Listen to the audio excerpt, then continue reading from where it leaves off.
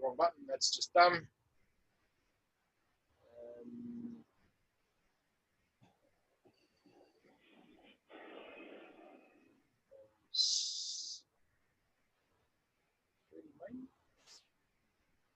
Participants to know that let's do it. I'm not sure how to do it, to be honest. So with regards to recording it yourselves, guys, I don't want to waste too much time on it. We are recording it, so we will put it up.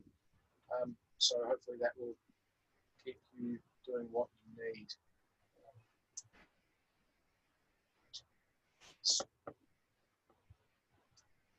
All right, so we'll get started now. And I would like to introduce you all to Kel O'Callaghan, who is an air services guy who's been working with air services for the better part of 40 years. He's currently a tower controller at Essendon. And Kel, I'll hand it over to you, and he's going to tell us a bit about himself and a bit of his experience and why you should listen to him and why you should do what you tell him. So, Kel, it's all up to you, mate. Take over. Thanks, Carl. Thanks everybody for having me. It's a bit of a pleasure. I rather enjoy doing this sort of thing. It's nice to get out there and have a chat to the people at the other end of the microphone. As Carl said, I've been in this job now 39 years. Most of that located in Melbourne. 3 years training. I've done all the high-level sectors south of Sydney down to Hobart. Junior years as Melbourne and Essendon surface movement controller. Then I worked my way into approach departures at Melbourne Centre. I was there for 20 years. And then about 5 years ago, I switched streams and went to the towers, worked a couple of years at Karratha in the Pilbara, which I can recommend anybody who wants to go working in the Pilbara. It's a fantastic place. And now I've come to Essendon. I've been there for just on 2 years now. And this should be my last posting come retirement with a bit of luck. And the reason we're here is Essendon Tower. Just a little bit of history. It is very old. It's very antiquated. I think it's the oldest tower in the organisation. The legend goes that it was built as a temporary tower for the '56 Olympics, and it's still there. So although the inner workings at the moment are probably date from the late 70s, I believe, and some of the newer technology in the last 10 years. But we're still light years behind the rest of the organisation. We still rely on binoculars and a fairly basic radar system. Essendon is a radar tower. It's one of the few towers in the country where, outside the capital city towers that is, where we actually use radar for separation, although our primary tool is binoculars and visual separation. Class C, as you all probably know, so we separate IFR aircraft. VFR aircraft are given traffic as appropriate to each other. And mostly in Class Charlie airspace we give the traffic. We do give VFR traffic in G outside the zone and our airspace as appropriate and as we're able to. And sometimes that's hard to predict, because the traffic we're giving you sometimes as you leave our airspace, it's unknown as to what they're doing. Their intentions are always unknown. Sometimes we do know who they are, but generally we don't. So when it comes down to it, priorities. The IFR get priority at Essendon. They're the paying customers. Unfortunately, that's the way the world runs. And VFR, you run second to the IFR because generally you're smaller and slower, and you don't pay terminal fees. That's the hard reality of it all. Essendon itself, the positions, there's surface movement controller who's in charge of the ground and the taxiways and clearance delivery and coordination with the centre. And then we have the aerodrome controller whose main responsibility are the runways and the airspace that we own. Now, probably the main point of interest to you as pilots out of Lilydale is our airspace. It belongs to the TCU, the Terminal Control Unit, and it's released to us on a daily basis. So at their whim, they could take that airspace back, but they don't, because they don't want to have to deal with so many light aircraft in such a small piece of airspace. to run it from the radar centre would be far less efficient than they could from our tower. So it belongs to us. Basically, it's what we've referred to as the southeast quadrant. Sorry, I'm a bit ahead of myself. I just want to bring up that the airspace map, Carl. Sure, that's this one. Yeah, well, that's roughly our airspace, the orange shaded area there, which is essentially south of the runway 26 centre line and east of the 35 centre line out to the 1,500 foot step. So the zone and the 1,500 foot step we own, up to 2,000 feet.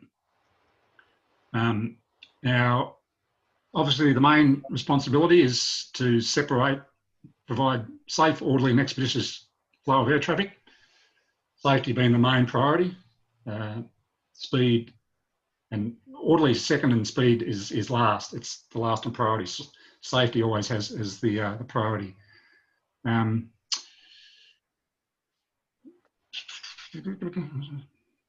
So what that does for us is on the face of it, our airspace is fairly tight, and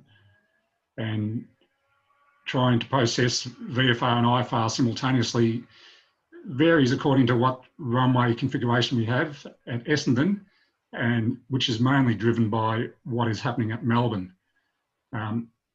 Because the airspace is on a release to us, our main, as far as the approach cell is concerned, we're keeping the light aircraft traffic out of their hair and away from the Melbourne traffic.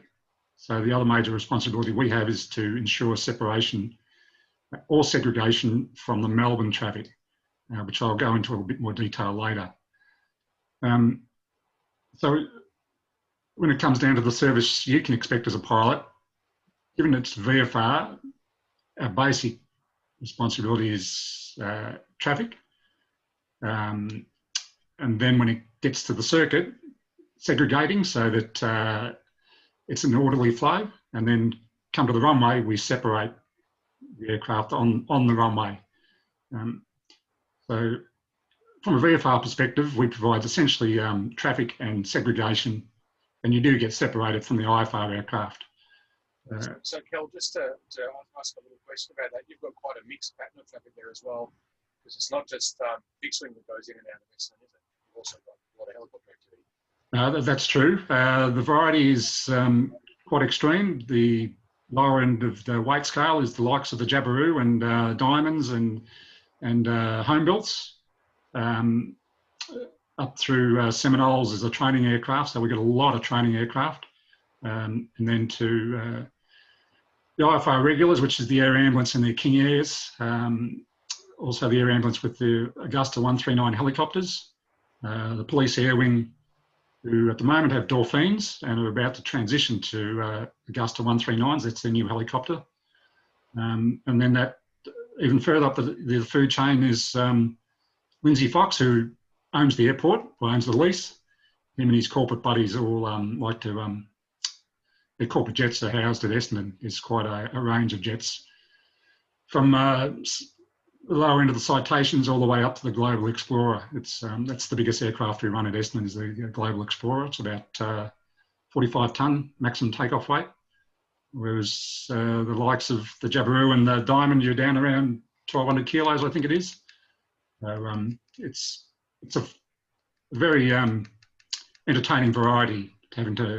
That's part of the appeal of the job is the mix of traffic and variations and the thought processes involved in trying to achieve a fairly orderly sequence and departure gaggle. As I probably next, just want to bring up the airport picture there. This one here, the Melbourne Airport with Essendon. I'll start with that. Just as a brief aside, it's probably something that as a light aircraft pilot you generally won't have anything to do with, although in the current situation you might, given that there's no traffic at Melbourne these days, or virtually none. The airspace between Melbourne and Essendon is shared up to 1,500 feet. Generally, fixed-wing aircraft are not allowed in there to go overhead Melbourne. These days, it's only helicopters and priority traffic. But because it's shared airspace, any movement in there, we have to coordinate with each other before we do it. So at this moment in time, as a light aircraft, the opportunity to overfly Melbourne actually is the best it will ever be for a long time for any of us, really, because Melbourne and Tower have nothing to do, or very little, and they like the thought of having some light aircraft to fill their day with. So, but because of the proximity to Melbourne and heavy traffic, they just don't want anybody in there who might not be terribly familiar with procedures or what the impact of jet aircraft might have on the traffic pattern. So in these days of safety, light aircraft become down to the bottom rung of the ladder, basically. Once upon a time, you could go over there all the time, but not anymore. Just want to bring up the URSA, or the DAP map there, thanks. And we'll just quickly touch on, probably get more now to what you can expect at Essendon, and what we'd like to expect from any of our customers. 2 runways at Essendon, 2608 and 1735. 26 being the main runway we use for arrivals. Our preferred configuration is 26 for arrivals and runway 17 for departures, subject to wind. 26 being the long runway. As a light aircraft, I'm sure those of you who've been there will realise that once you touch down on 26, the distance to the runway intersection and the first taxiway is still probably another 600 to 700 metres. As a point of technique, we're pretty much keen for light aircraft to spend as little time on the runway as possible. Number one, to get through the runway intersection, and number two, to exit at Papar as soon as practicable without undue haste. Because 2 reasons. Our basic runway standard for light aircraft under 2,000 kilos is 600 metres. So one, we want you far enough down the runway that we can slot another one of your mates in behind you. And 2, if it's a bigger aircraft, a faster aircraft, well, we need you off the runway so they can land safely. So having vacated the runway and clear the gables, probably the next point of technique that we like visitors to adhere to is a quick change to the ground frequency, even if it's only to monitor while you do your post-landing checks. Because if we need to move you because there's somebody behind you and somebody behind him, we can get in touch with you quick smart and then just ask you to move forward to make room for the next, for your buddy behind you. That's probably the main point when it comes to landing at Essendon, particularly on 26. Runway 17 and 35 is not such a big issue because there's lots and lots of exits. Bravo, November, Juliet, yeah, there's half a dozen exits there. So it's pretty easy to get off the runway and clear. But again, once you're off the runway, quickly over to ground frequency, even if only to monitor before you make your call. And then that way we can, we've got 2-way comms. Probably the worst thing in the world is for you to be stuck in between the aerodrome frequency and the ground frequency, and we can't talk to you, and we need to move you.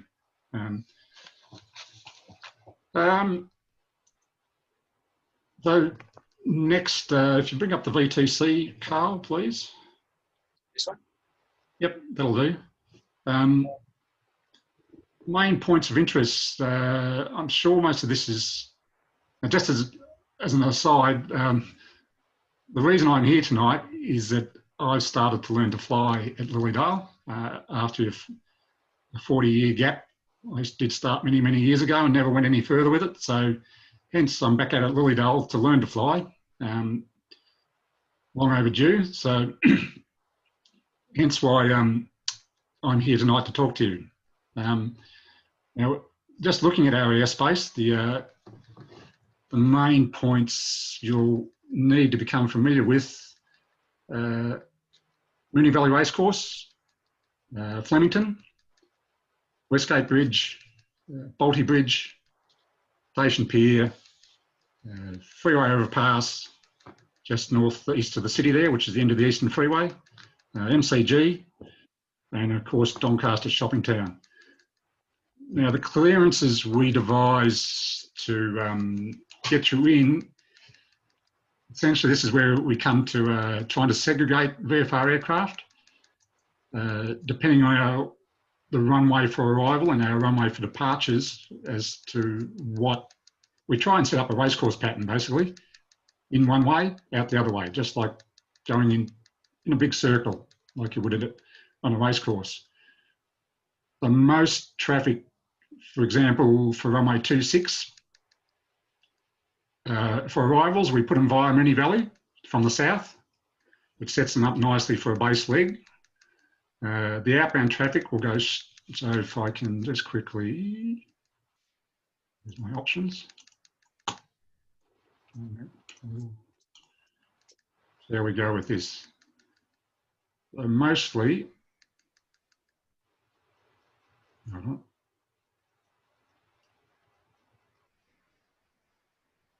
just while I fiddle here and get this. Mostly our traffic from the south, Albert Park Lake, Westgate Bridge, Williamstown area, we will bring them in. Carl, I've got a very tiny map here. I'm just trying to, oh, that's better.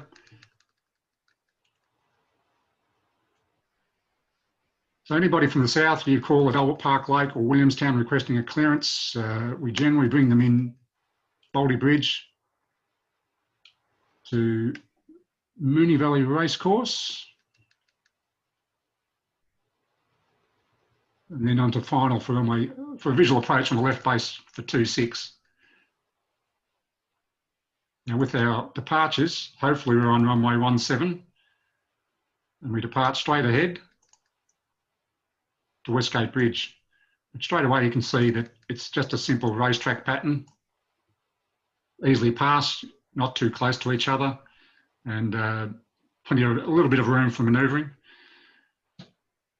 The probably only point that needs to be adhered to when you do get a clearance inbound is track keeping. In the air, it looks quite, from our perspective, there's a lot of room there, but it doesn't take much for somebody to wander.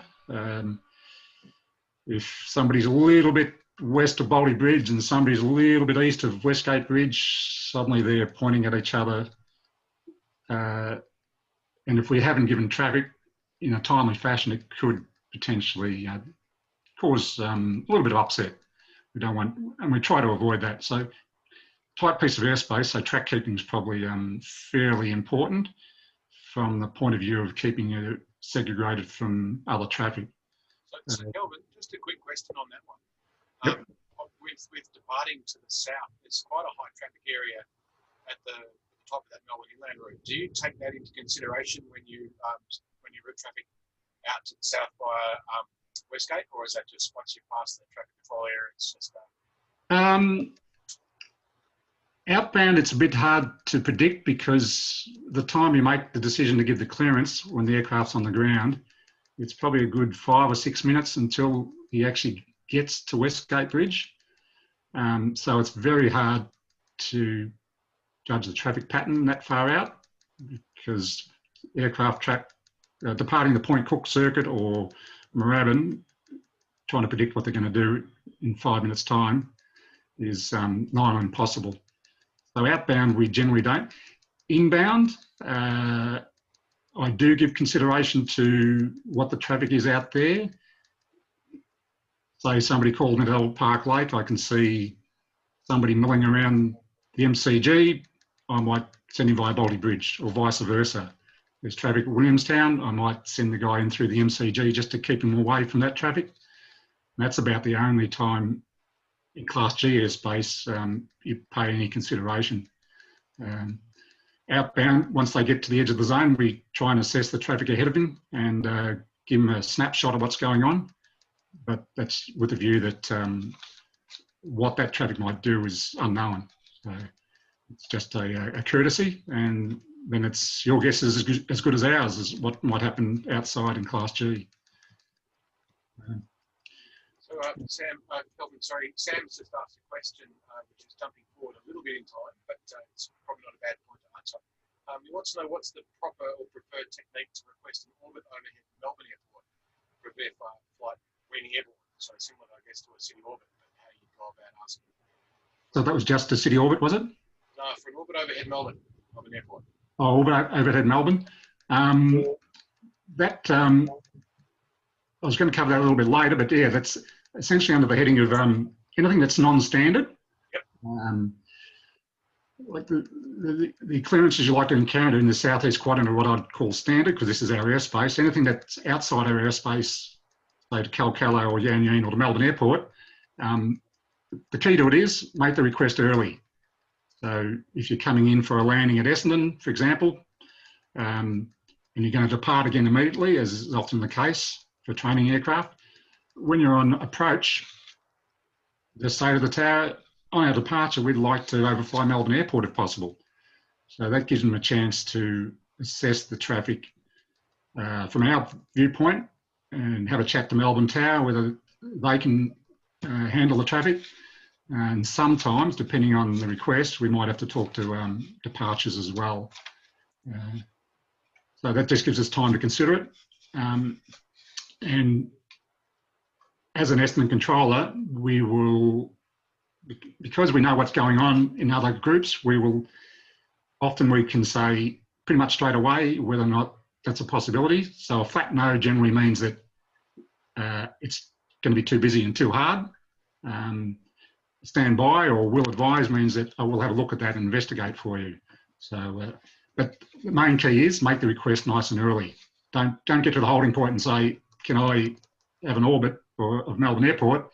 Because generally you will get knocked back because, hold on, no, I've worked the traffic pattern out before you got to the holding point and you want to change it for me now, because we have to talk to Melbourne and possibly departures as well. So yeah, if you're at the holding point. I've got a couple of questions too from Heath. One of them is relevant at the moment, the other one we'll ask a little bit later. So again, relating back to the question we had earlier about traffic as you through the coastal route, what Heath's asked is, in terms of departing the zone via the coastal route, can we expect traffic information for other aircraft already established on that coastal route as we change over to monitoring Melbourne Centre? Is that something you guys provide at all? Or? Yeah, we do. Yes, no, we do. It's on a case-by-case basis. Depends what our priorities are, how busy we are, and if we think the traffic's going to conflict with you. Again, it's a guess. Yep. But if it's within 2 or 3 miles and heading in your general direction, we try to give traffic. But sometimes that gets overlooked because we've got other things to be done inside the zone. So it's on a as able basis, basically. We're not required to, but when we can, we do. Yeah. We'd much rather give it because, yeah, it helps you out, basically. Yeah. Okay, next thing, I guess. So we can undo that. We've done the responsibility, a little bit about what happens in the tower and how you do what you do. So we covered the airspace. As you, we covered briefly before, one of our main responsibilities is runway separation. A basic standard which is relevant to a light aircraft out of Lilydale, given your weight category, is the 600 metre runway standard, which essentially is what we do at Lilydale, isn't it? The runway is about 800 metres, is it, Carl? Yeah, it's 850. Yeah, so even a little bit I've seen of a jabberoo is you've got to vacate at the other end of the runway so your mate can land behind you. So, which pretty much mimics what we like to see at Essendon and what we try to achieve. spacing so that multiple aircraft can use the runway at the same time if they're light enough. We'll get them off the runway so we can allow bigger aircraft the full length. The traffic, no, that's what I need. So when we come to issuing airways clearances, like I say, you are generally number 2 to IFR aircraft. So the well-known phrase, clearance not available, remain outside Class Charlie airspace, it's generally because you're number 2 to an IFR aircraft and we can't get you ahead of him. The other reason is there's too many of your mates ahead of you and I just haven't got any room for you at this stage of the game. So generally we try to give a time expectation, 2, 3, 4 minutes and a reason. Sometimes we'll give an expectation. If you've lobbed up at Doncaster, for instance, and we just need to delay you for a couple of minutes, we might give you an expectation. So expect clearance by MCG. Or if, for example, you're at Williamstown and we say expect a clearance via Balti Bridge. Now, probably the key thing to consider there is often when we give an expectation, we'll see an aircraft either orbit in the position he's at that very moment, or they'll track further away from the edge of the control zone. Now, understand that part of that's to do with keeping away from the traffic that might be in the area, but at the same time, we don't like you to wander too far away from the control zone boundary, because as your clearance becomes available, we'd like to get you in quickly as possible. But what that can mean is if there's 2 or 3 aircraft orbiting outside the zone and you wander a little bit too far away, well, we might grab the guy who's a little bit closer and put him in ahead of you. So the key there is to try and loiter in a safe position, not too far away from the edge of the control zone. So, Kelvin, what I've done in the past with City Orbits is just sat just outside the zone, doing steep turns over the top of Albert Park Lake while waiting for clearance. Is that the right thing to do, or am I crazy? Yeah. No. Well, let's if you feel happy with that, we will try and give you traffic if able, because it is a fairly busy route, the coastal route there. But that's not always possible. If we're busy, we may not have the time to do that, but that's certainly not unreasonable. Whereas if you were to wander down over the bay for some clear air, which is understandable on one hand, but that puts you 5 miles away from the zone boundary, and depending on your aircraft type, could be anything up to 5 minutes before you get into the zone. Well, it's it can work against you sometimes. So yeah, just try and be as close as you possibly can without putting your aircraft in too much of in the way of other for you. So to extrapolate on that, there's been a few extra questions about City Orbits.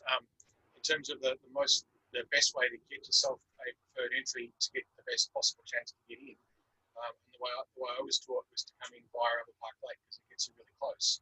Is that probably the best place to park? Some other people have been calling it Doncaster? Not necessarily. It is obviously probably the most standard, but that's because most of our traffic comes from Moorabbin. Yep. But equally, we're getting traffic from the Point Cook School these days, and depending on which direction of the orbit, because most fixed wing we find want a right-hand orbit so their passengers can get a look, whereas the helicopters, because the pilot sits in the right-hand seat, want a left-hand orbit so their passengers can get a good look. So it just depends on what you want. Coming in from Doncaster, I've got no problems with that. If I do, I'll tell you and maybe tell you to go to Albert Park Lake and expect a clearance via Balti Bridge, for example. There's no hard and fast way about it. Probably the main expectation is you'll get it at 1,500 feet. Occasionally, we might put you up to 2,000 feet because we've got traffic coming in the other way. We don't have to do that. We can just give you traffic and let you look out for each other. but sometimes when there's a little bit of congestion, we like to at least give you a fighting chance with something coming the other way. Little thing you probably don't think about, but one of the things that make us decide what we might do for an aircraft is the level of confidence we can detect in the pilot's voice. We're well aware that most people are training, and they're all at various stages of training, from first time to CPLs to somebody who's been there for every day for the last 10 years.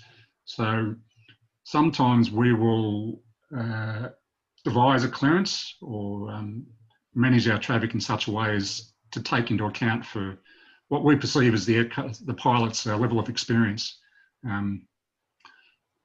It's not a guaranteed way. You know, sometimes we get it wrong, and we suddenly realise that seemingly very nervous pilot is actually has a instructor on board who's keeping a close eye on him. That's not always evident to us initially, but yeah, so just something to be aware of. We do try to take account if you're not feeling particularly nervous, not feeling particularly confident. Well, I personally try to take account for that and guide you accordingly, and give you the extra consideration you need. Yeah, no problems with any direction of orbits of Melbourne. Just the city. Just make your request nice and early, and yeah, we'll take care of it. Particularly if you've got no flight plan, because most city orbits are people who come up from Moorabbin and the like for an ad hoc orbit with no flight plan details. So just be aware that we need to take down your details and then fit you into the traffic pattern before we issue a clearance. So Nick Herford's just asked if you prefer a phone call or a note plan before city orbits. Is that something that you... Not a phone call. If you feel a need, a city plan would always help your cause. A flight plan would always help your cause. How would you put that into notes?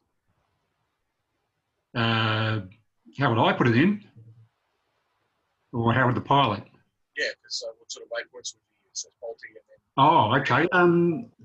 No, just there is an abbreviation for Melbourne City, MCTY, Mike Charlie Tango Yankee, and just use that as a tracking point, and maybe in remarks request one orbit or two orbits, as the case may be. That helps your cause if we know you're coming. So if there are two aircraft out there, one with a flight plan, one without, we might go with the one with a flight plan if there's only room for one, which happens sometimes. So, but as a general rule, city orbits are pretty ad hoc, so flight plan need is minimal. It's probably the only example I'd say I wouldn't particularly bother with a flight plan unless you're feeling keen for the practice. Anything else into Essendon, arrivals, departures, air work, surveys, you'll need a flight plan. It's your best chance. We can deal with pop-ups, but if we're busy, there's a chance you might get knocked back. That's the only downside of popping up out of the blue with a request. So with regards to coming into Essendon, let's say we're coming in from the north, like for Kilmore or Ballarat or somewhere like that, what's your preferred method to getting into Essendon from there, and the likelihoods of getting clearances usually? Direct clearances by the non-standard routes, or from the north is Kel O'Callaghan. Occasionally we get them from Yan from the northeast. They're probably the most likely for Lilydale customers, I suspect. The driving factor is what's happening at Melbourne. If Melbourne's using runway 27 for arrivals, unless there happens to be a nice big gap in the sequence, this is talking normal traffic, of course, it's not going to happen. But we're able to make that assessment just by looking at it. We've got a radar screen there, and we know the way the traffic patterns work at Melbourne, so we can make it an assessment. So if you don't get a flat no, stand by. It means we're inquiring for you. So just be prepared though, if it's a non-standard route, Kel O'Callaghan or Yan, just have a backup plan, which generally would be heading towards Warrandyte or Doncaster and expect a clearance in through our regular airspace. Same with Rockbank. If you're coming in from Ballarat, Rockbank direct to Essendon is an often requested route. It's subject to runway 16 departures or 3-4 arrivals at Melbourne.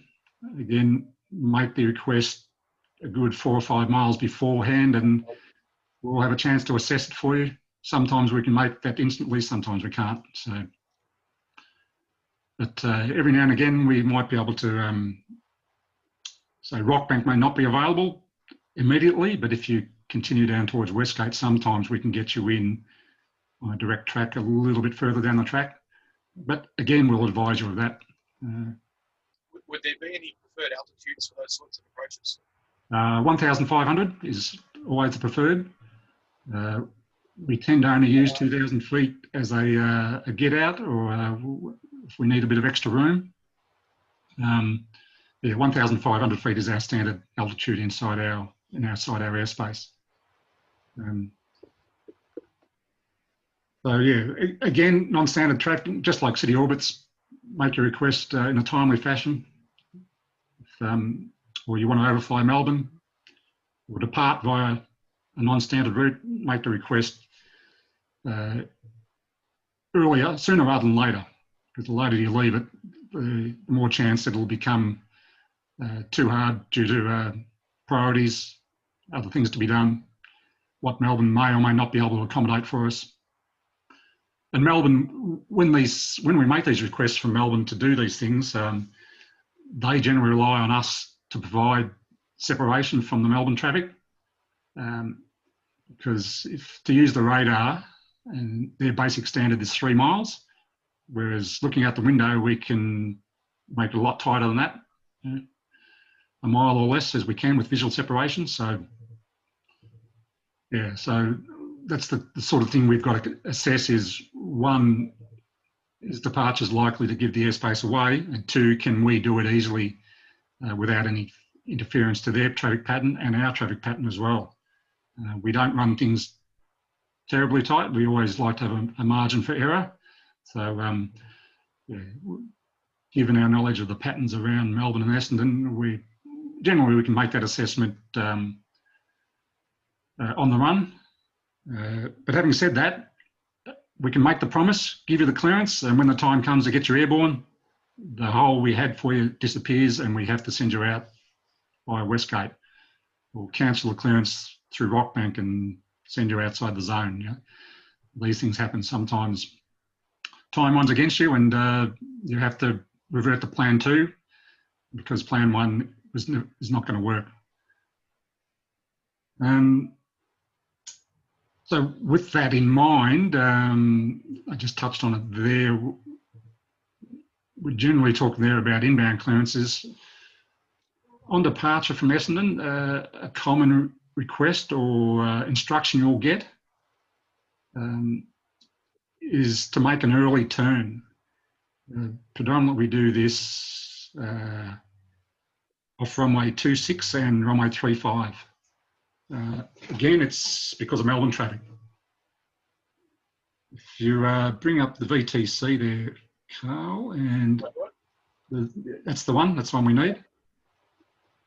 I'll just quickly draw the extended centreline at Melbourne. That's about it there. And the extended centreline at Essendon, given it's 16 and 17, they converge ever so slightly. So if they're using runway 16 for departures or 34 for arrivals at Melbourne, running up and down that red line, our job is to make sure anything using our airspace is kept clear of that. So departing off 26, it's only about 2 miles from the upwind end of 26 to the runway centreline at Melbourne. So we will issue a takeoff clearance with a requirement to commence your turn prior to the upwind end of the runway. And that is so that you're heading in the right direction sooner rather than later. The last thing we want is somebody flying upwind, waiting until I get to 500 feet, then doing a gentle turn to the southeast without any due regard for what might be coming the other way. Of course, the heavy jet aircraft aren't particularly manoeuvrable at that stage in flight with their wheels down and flaps out, so a lot of wake turbulence as well. So the risk is not just for the biggest risk is for the light aircraft, of course. One is the wake turbulence, and two is the much bigger aircraft. And the same with runway 35 departures. The 27 centre line, I'll just draw that on for you. Melbourne is around there. So again, although it's a little bit further away from Essendon, the early right turn off runway 35 can, just for example, going to Doncaster, again, if somebody were to wander too far upwind, suddenly they're pointing at somebody on final for 27 at Melbourne. Makes the jet jockeys very nervous, and us as well. And yes, so that is the main reason we ask for early turns. And when we don't say it lightly, sometimes we might do it as a matter of course, and the traffic's not a real factor, but it's more about keeping things standard. That's one of the main driving factors why we do things, is we try to keep things as standard as possible. It's like with the phraseologies. We have standard phraseology so that we can all understand each other readily without too much confusion. And it's the same with our traffic patterns. We try to do things the same every time. Every now and again, when there's nothing happening, we will let you loose and you can do what you like. But as much as possible, we try to do the same thing time and time again. So the next time you come in and you line up for departure, you say, well, there's a fair chance here I'll be asked for an early turn. Because I've seen a couple of jets out the window today. I reckon I'll get asked to do an early turn. And we do keep an eye on it. It's we get very nervous about it, and we will prod you to tighten up your turn to keep clear of the traffic in Melbourne. So that's the driver of why we do things that you may not understand because of well, what's that got to do with traffic at Essendon? Well, yeah, we're there to keep you away from the Melbourne traffic. It's probably our biggest, one of our major concerns. And if we don't do it, we get our butts kicked. Probably what's next, Carl? Tracking relevant for Lilydale. Yeah, Lilydale Cup. If you want to look at this particular stuff, or skip through that one? I'll just touch on that. It's probably Carl was mentioned to me. I'm sure as you progress in your training, when you get to do your NAVXs, maybe you're departing out of Lilydale to do a NAVX and you want to climb up into CTA, tracking to the west, northwest, or southwest. What you're looking at there is the terminal chart for Melbourne. If you look out to the, I'll just do a little circle there. Out Lilydale Coldstream, there's Lilydale right there. See Coldstream just outside the circle.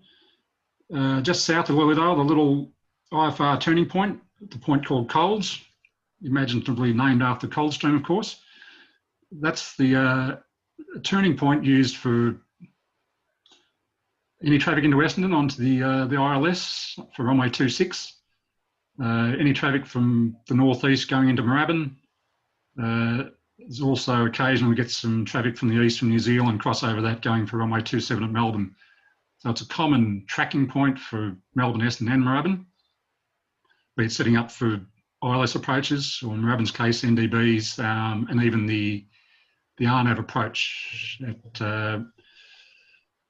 from runway 17 goes over Coles before it gets to Harrow a little further south there and breaking off. So at that point, most aircraft are 5,000 feet and above. About 1 or 2 miles to the west, you can see the next control area step. That's where aircraft are dropping down to 3,000 feet, which is the minimum altitude you can get a clearance into CTA out of Lilydale. So the obvious thing is, if you're outside controlled airspace and there's traffic over the top, you'll likely be kept outside controlled airspace until the time either that traffic's clear, or in the case of VFR, you might be asked to continue on track outside controlled airspace, and they give you a clearance once you're clear of those tracks. The other option we have in Lilydale, which is probably unique, is that if you make your call early enough, we might ask you to climb overhead the field at Lilydale to set course at, say, 4,000 feet, because that straight away puts you above any traffic out of Moorabbin coming up to do an ILS at Essendon, which generally is at 3,000 feet. So just a consideration as to why you may or may not get a timely clearance if you're departing out of Lilydale, is that a lot of IFR traffic over the top, and not to mention the stuff coming up from Moorabbin for the practice ILS at 3,000 feet. The circuit, the downwind points. Kelvin, if we were planning to, say, transit across and head over towards the west, if we went out to the other side of the 4,500 foot step and climbed up to, say, 4,000 or so, and then asked for clearance to come across the top of Melbourne or Essendon, that's more likely to go ahead, isn't it? It's an alternative, but it's generally be suggested to you by the controller on 1357. His job is, once you make the request for your clearance, you give you a taxi call if you can. Requesting a clearance, again, it's about requesting a timely clearance. And once you depart, if you make your departure call as soon as you can, that gives departures a chance to assess whether or not he can give you a clearance straight away at 3,000, whether he'd like you to climb overhead the field to, say, 4,000. But if you've already set course and you're 3 or 4 miles down the track, the option disappears. So, but having said that, if you climb over top at 4,000 feet and they've still got traffic in the way, it's a bit hard to assess from the point of view of the pilot. It's something you've got to rely on the controller assessing in a timely fashion and giving you the advice to do it before you depart the circuit. It's all about timing and the disposition of the traffic at any given time. It's not something we can. There's no hard and fast rule on that. That's just another version of the plan. As for VFR traffic to and from Lilydale and to Essendon, no, the major point I've noticed is most people plan via Doncaster, which is fine. That works for us. Warrandyte is an option, especially if we're on runway 26 at Essendon. If you happen to check the weather before you go in the ATI at Essendon and you realise that 26 is likely to be the approach runway for the day, well, Warrandyte sets you up nicely for a straight-in approach. Even if you make the clearance the clearance request at Warrandyte, and then we can assess whether or not we give you a clearance direct to the field from that point, or whether we have to send you down to Doncaster for a bit of extra spacing. One of the things we do, the general expectation is for a clearance, say, for example, Doncaster direct Essendon at 1,500. Even if we're on runway 26, there are times when we might send you via Moonee Valley Racecourse. And this will generally be because there's an IFR arrival or a faster aircraft approaching. So we put you on that track to keep you clear of the approach path. And then at some point, we'll bring you back to the approach path to either be number one or to follow that aircraft. Sometimes we do it as it's just a way of getting you in close to the field and then in a position where we can assess whether we make you number one or number two. So sometimes you'll get unusual tracking that's not direct to the field. And it's not necessarily to set you up for an approach, it's to set you up to assess whether or not we can, which way the sequence is going to run. So So mooning value is used for two reasons. One, to set you up for a base leg to runway 26 or 35, and number two, as a potential holding point should we have to make you number two to another aircraft. But we try to avoid that. We like to we don't like to hold people. As soon as you do an orbit, it just backs up all too quickly. It's not a good thing to do. You try and keep the traffic moving, even if it's to put them onto a downwind or a crosswind leg to follow traffic. That's the preferred way to use the legs of our circuit to put the traffic in position to follow each other. Yeah, so Warrandyte, definitely option coming inbound, and outbound, if you want to make a request to go direct to Lilydale, again, by all means, make the request. We'll make that assessment, and if we can do it, we will. If we can't, we'll send you via Doncaster. Because the main reason you don't get a direct clearance is because most of our IFR traffic comes pretty much straight in from Lilydale down the ILS to Essendon. It's the standard entry point from the approach cell. So that'll be the main factor in getting direct Lilydale outbound, and also the main factor whether or not we give you a clearance direct from Doncaster inbound. I think that's covers that pretty well. Absolutely, thank you, Calvin. Yeah. I've got a couple other notes here. I'll just have a quick look. Already covered city orbits, haven't we? Yeah, timely fashion. So a bit of background information, I guess, if you wouldn't mind, on the magic that happens behind the scenes that we don't see or hear, because obviously you guys talk to each other. Yeah. Well, just as a quick little note I've got here, 2 points, which one of the things, as a normal use 1500 feet as our standard level in our airspace. 2 reasons for this. We often have Melbourne traffic overflying the airfield at 2,500 feet. And even these days, more and more so, there's more traffic down overhead the city, down to 2,500 feet, using the instrument approaches at Melbourne. So those 2 examples preclude the use of 2,000 on a regular basis. So we tend to avoid it unless we can, because we don't want to walk into the trap of using an altitude when there's priority traffic in the way. That's the last thing in the world we want to do. And the other thing, just as a point of technique, I know, again, through my lessons at Lilydale, I'm well aware that it's a crosswind limitation on the Jabiru. It's 15 knots, is it not, Carl? 14. 14? Well, the configurations we use at Essendon, although we take heed of light aircraft in general, we don't pay specific attention to the very small aircraft's limitations when it comes to things like crosswind. If we're advertising a runway with, say, 16 or 17 knots of crosswind, we're using 26 for arrivals and runway 17 for departures, and it doesn't suit you, by all means, say you require the runway that's into wind. It's often the case where we use 26 with crosswind for arrivals, and 17's available because it's into wind. The request to land into wind, perfectly understandable. Require it due to crosswind limitation. There's no argument.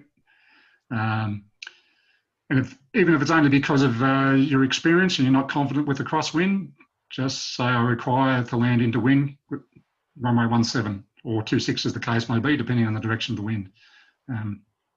We will accommodate that. You might cop a delay, but we certainly pay consideration for what you need as opposed to what you want. There's a subtle difference. It's nice to make a request because you want to overfly, do something, but if you require it, we have to do it because it's a safety issue.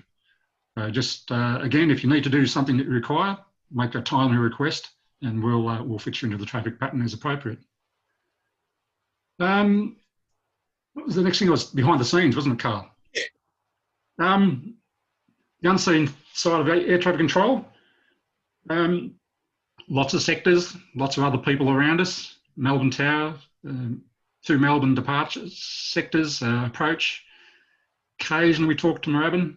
There's Melbourne Radar on 1357, which is part of the approach cell.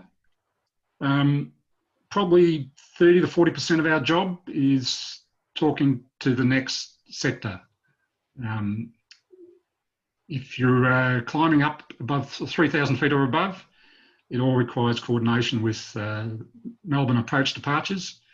If you happen to be in a helicopter and overflying Melbourne Airport, or in this day and age, given the lack of traffic, in a fixed wing overflying Melbourne, it requires coordination. We can't just fire you and say, Melbourne Tower, here he comes. No, we've got to give them a warning, and they've got to assess their traffic and decide whether or not our plan is going to work with their plan. So most of our time, and a good example of this when it'll probably affect you directly, is your initial call to Essendon Tower, silence. And it's possibly because we're on the line to one of the other sectors, coordinating somebody else, and we're just taking a moment to get that done before we respond to your call. So don't be surprised by silence. It might take us 5 or 10 seconds to get back to you sometimes, in the worst case scenario, but generally it's only a couple of seconds, which brings us to probably the other point of technique. When you do come into a frequency, don't select the frequency and broadcast immediately. Always take that couple of seconds just to monitor the frequency, listen for any other traffic that might be in the process of requesting a clearance or whatever the case may be, and then go ahead with your request for clearance or whatever it may be. And just so you don't over transmit, because all too often it's a case of you're talking to somebody and before they can even reply, somebody's broadcast over the top, and you know they haven't listened because it's been a continuous stream of comms. So when somebody comes over the top like that, you know they've just switched the frequency and gone straight into their broadcast without a moment of listening. Just a point of technique, that's all. Which gives us to the main and probably constant is that readbacks is probably the most important thing for us when it comes to dealing with new aircraft. So we have standard phraseologies, standard requirements for the readback of a clearance. Just be prepared for it, and be prepared for to read it back exactly as we issue the clearance. Because the bane of our life is say again, which is okay once. We don't mind that, we understand that. Everybody's new and we're all learning. So sometimes we talk quickly, too quickly at times. We're guilty of that. So saying the request to say again is not unreasonable, but when you say a second time and a third time, then it becomes, well, why aren't you listening? Why, you should be better prepared. So that becomes a problem, not just for us, but for the guy behind you, the guy ahead of you, the guy waiting for a takeoff clearance, the guy waiting for his descent, all those sorts of things. Keeping the frequency clear and running smoothly is a prime consideration. So yeah, just be prepared, listen intently, get it right the first time, and you'll be happy and we'll be happy. So Kelvin, on the topic of you guys being happy, Julian's asked a good question about what difference ADSB is making with the changeover to ADSB. At Essendon, nothing, because we're still stuck in the 90s with our technology. It is in the centre. It's only, I haven't actually seen it in my time. I left before it became part of my workings, but it is now. I know with the centre will often know who that 1200 squawk is out in the lane, who's wandered into the control zone, because ADSB gives them a label.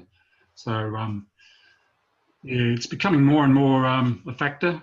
But as far as we're concerned at Essendon, we don't have it. We're stuck in the dark ages. that's why when we're coming in, they're asking us to score guide in a IFR. Yeah, which is one of the things I wasn't able to do because by the time we talked this about, the traffic's died at Essendon. I was going to take a photo of our screen and put it up tonight, but when I went to do it the other day, the screen was blank. So, but what we do get is on our screen, the aircraft symbol, the primary radar, is a little cross. Around that will be a circle, which is the transponder return. And attached to that will be a label, which in our case, it has the transponder code, either 1200 or 0100. And underneath it will have the altitude to the nearest 100 feet and the ground speed to the nearest 10 knots. That's what we get. And when we ask you to score ident, we have to switch screens for a moment, and then the label, so the target will flash blue for about 3 or 4 seconds. That's what we get on our screens. Which we can avoid doing that. Sometimes we tend to do that when there's a bit of congestion in the airspace around the edge of the zone and there's multiple aircraft, which is why we also ask that when you make your initial call with your position, to try and make it as accurate as possible, so that we can determine which of the targets out there is you. The general phrase of approaching Westgate Bridge, well, that could be anywhere from 1 mile to, some cases, the worst case, 10 miles. The variation is that much. So as opposed to 3 miles west of Westgate Bridge or 3 miles west of Doncaster, east of Doncaster, yeah, try and make it reasonably accurate. Don't use decimal points, just use round miles. And that'll help us help you. If we know, it saves us having to delay your clearance with a request for an ident and the like, but yeah.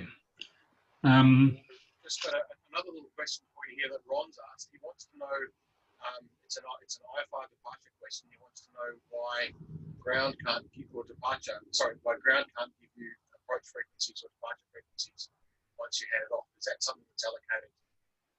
That depends on, we actually don't get it until the ODC, the Essendon Tower, actually get the departure instructions from centre. Because it depends which way they turn. And that depends on the traffic disposition at Melbourne and their runway configuration, because the airspace in and around Melbourne for approach departures changes according to the runway configuration. So generally we deal with what we call departure south as the first port of call, but the initial turn might put them into departures north or into approach. So, and sometimes it might go into somebody else's airspace, but the frequency is not the standard frequency. So we don't know that until literally when you're lined up. That's when we get it. So yeah, it's an unknown at that stage. Yeah. Unlike Melbourne. Sam has asked about working as an ATC. He's curious to know why you chose Tower instead of en route, and is piloting experience an advantage if you think about applying for a role within ATC? Well, don't forget I had 35 years of sectors and approach before this. So initially out of my training, we did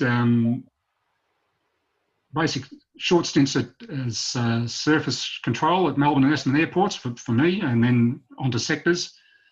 And depending on the timing, whether or not you stayed in the tower or you stayed in the sectors and on the centre, some years ago they did isolate us into streams, either approach, sectors or tower, and we're still suffering as a result of that.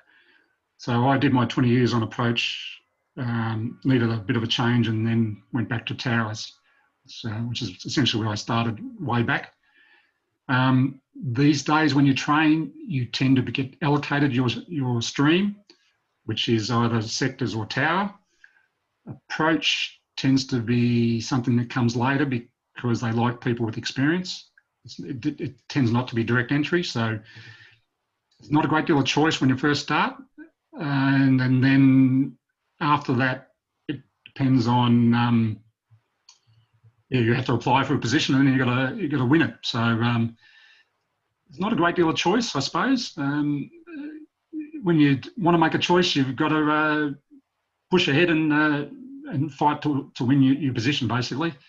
From my point of view, my 20 years on approach was the highlight of my career.